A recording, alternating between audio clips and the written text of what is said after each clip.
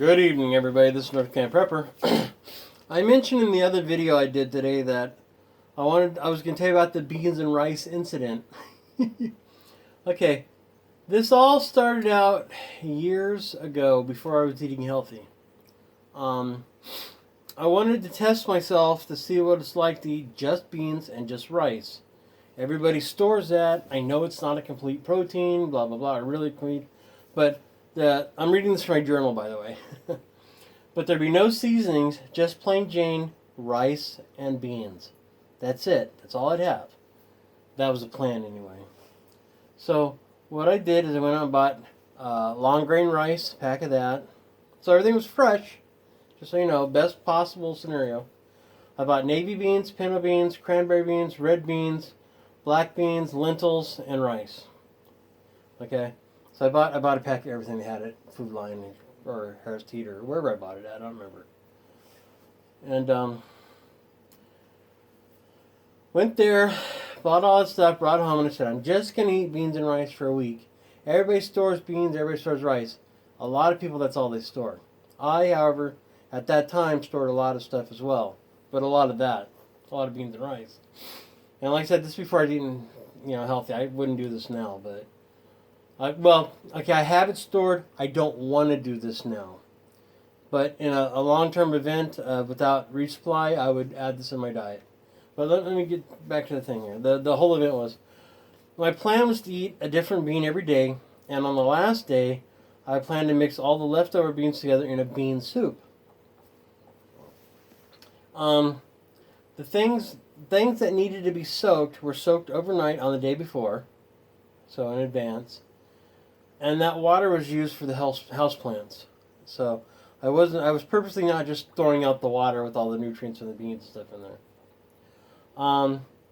And then I'd refill it back in the crock pot, which is where I did all my cooking. Now, we'll get to that in a minute.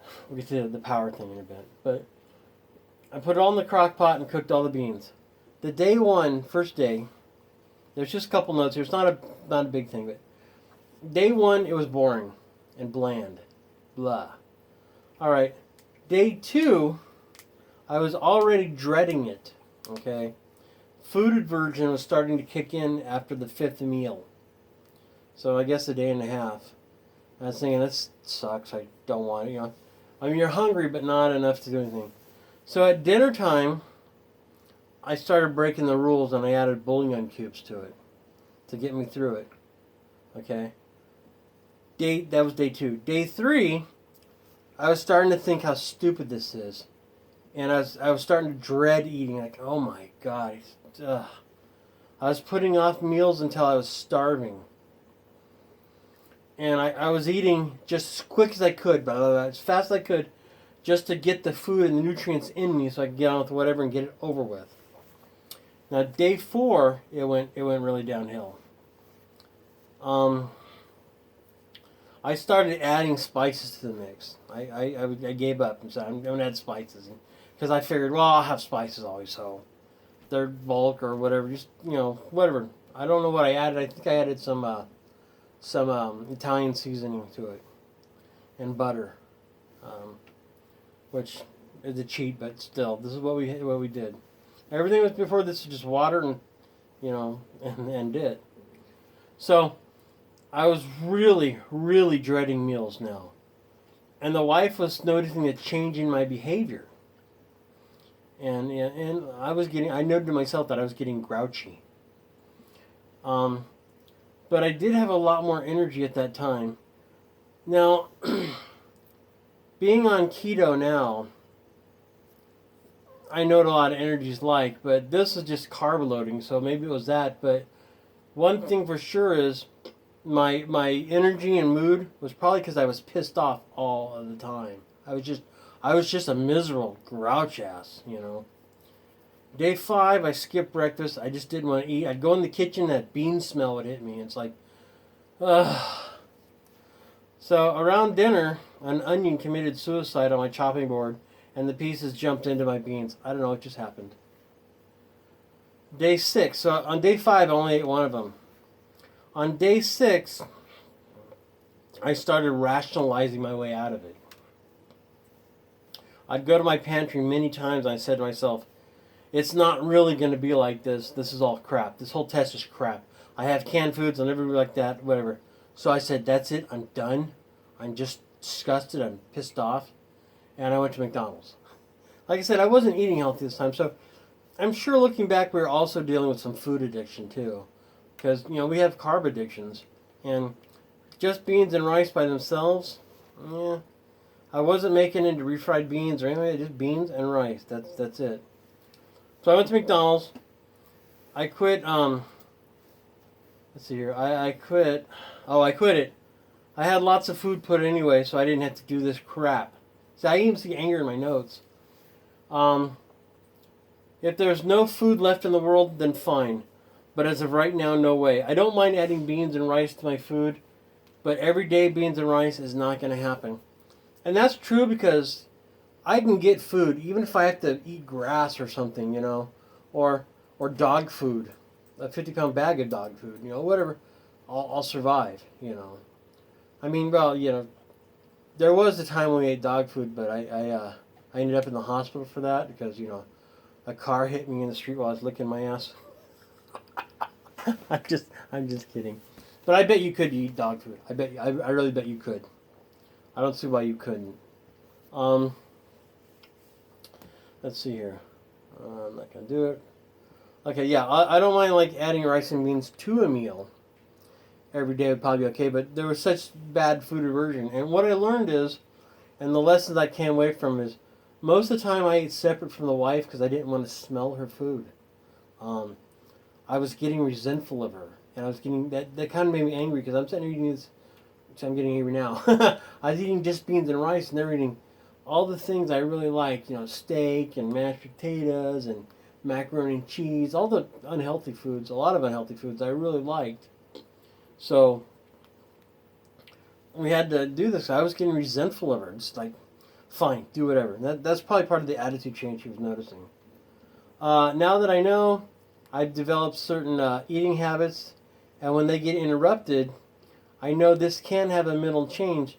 And even though you have a full belly, you can still starve, nutritionally wise. Nutrition in the rice and beans is pretty good nutrition, but still. I did all this, after my gallbladder's out. But like I said, you can still,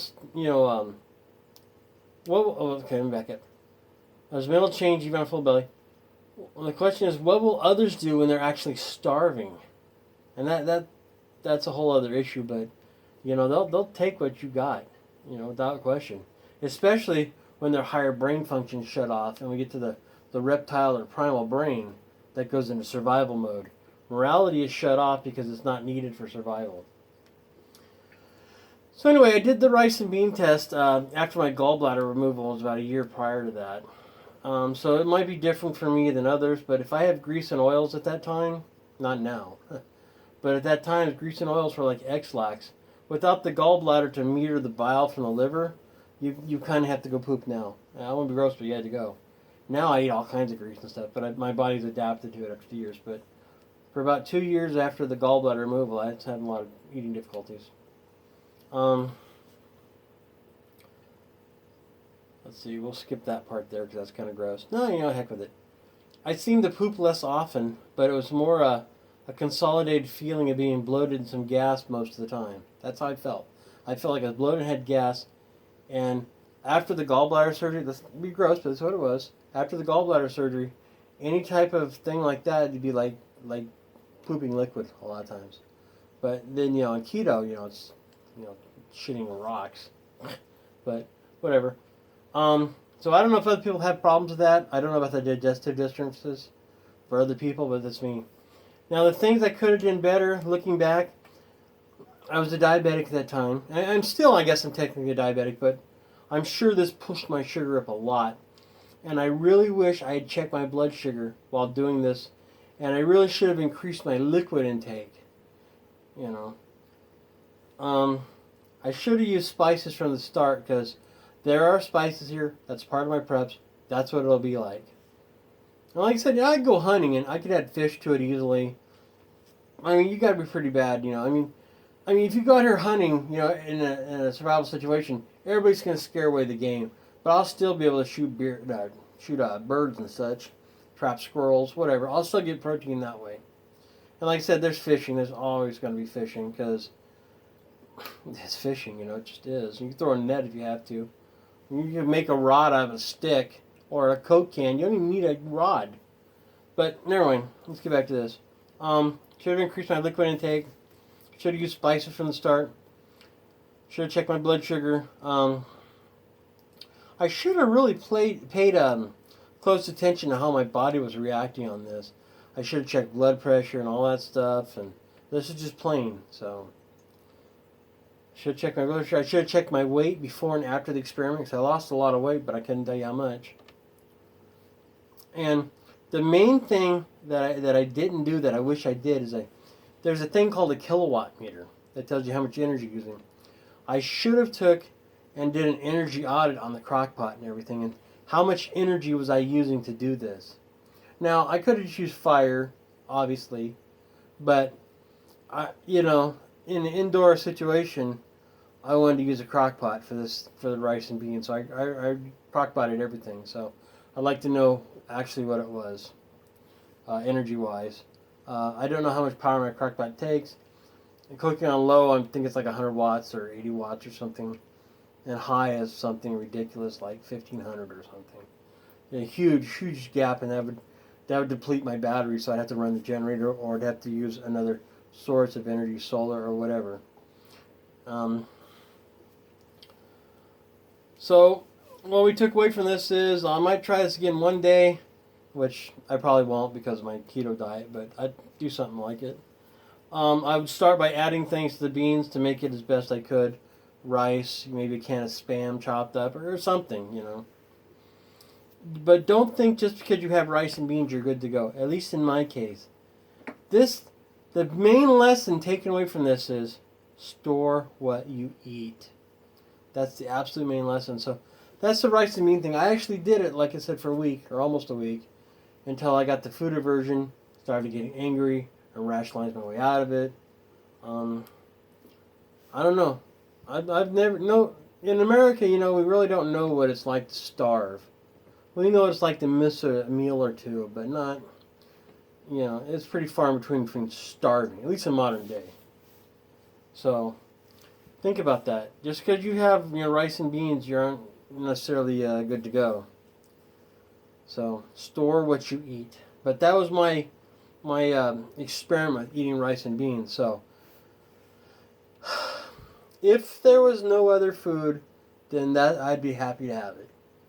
But while I had a pantry full of canned goods, I wasn't happy. I was just a grouch. I was miserable. I made people around me miserable. And that's without the stress of survival. That's just me eating differently. So, there you go. That's the story of the rice and beans. Have you guys ever tried anything like this or anything like that? Or I mean, it's one thing to eat from your preps, but a lot of times we'll say, well, I've got this money put into preps and I don't want to deplete that. But it goes back to like my backpack out there. If you don't test it, you don't know. You'll hear survival experts, store rice and beans because they're good for storage. Yeah, they'll last a long time. It doesn't mean you're going to eat them. So think about that. You can make bean flour, I guess. I think red beans are poisonous unless they're cooked or something like that. But that's something you need to know. I forgot. All right, this is Untitled Prepper. That's the rice and bean story. Yeah, let me know down below what your guys' experience with for eating your preps. I now know that wouldn't work for me, and there's a lot better way to do it. Even if I'd eat the fish over here, I'd add them to it. Yeah, you guys don't like that, do you? Fish don't like that. But that's preps. I mean, I'd eat them long before I'd eat my dog. All right, it's Untitled Pepper. Please rate, subscribe, and have a great day, everybody.